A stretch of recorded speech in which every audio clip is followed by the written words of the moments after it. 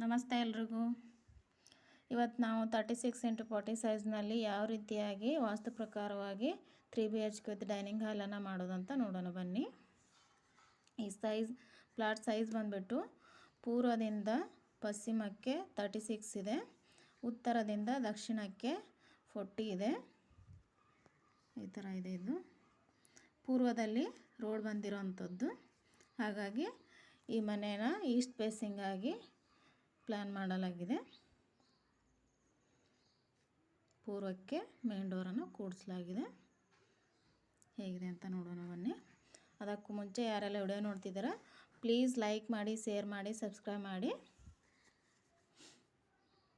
Gate, road, ಪೂರ್ವಕ್ಕೆ gate, ಹಾಗೆ ಟೇರ್ಕೇಸ್ಗೋಸ್ಕರ 6 foot ಜಾಗ, ಈಶಾನ್ಯದಲ್ಲಿ ವಾಟರ್ ಟ್ಯಾಂಕು, ಮೇನ್ ಡೋರು.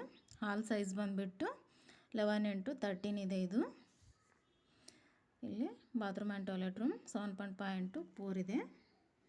ಹಾಗೆ ಬೆಡ್ರೂಮು 10x10 ಇದೆ. ಇನ್ನೊಂದು ಬೆಡ್ರೂಮು 10x10 ಇದೆ. ಇದು ಮಾಸ್ಟರ್ ಬೆಡ್ರೂಮು 11.5 x 10 ಇದೆ. Attach bathroom and toilet room 7.5 x 3 ಇದೆ.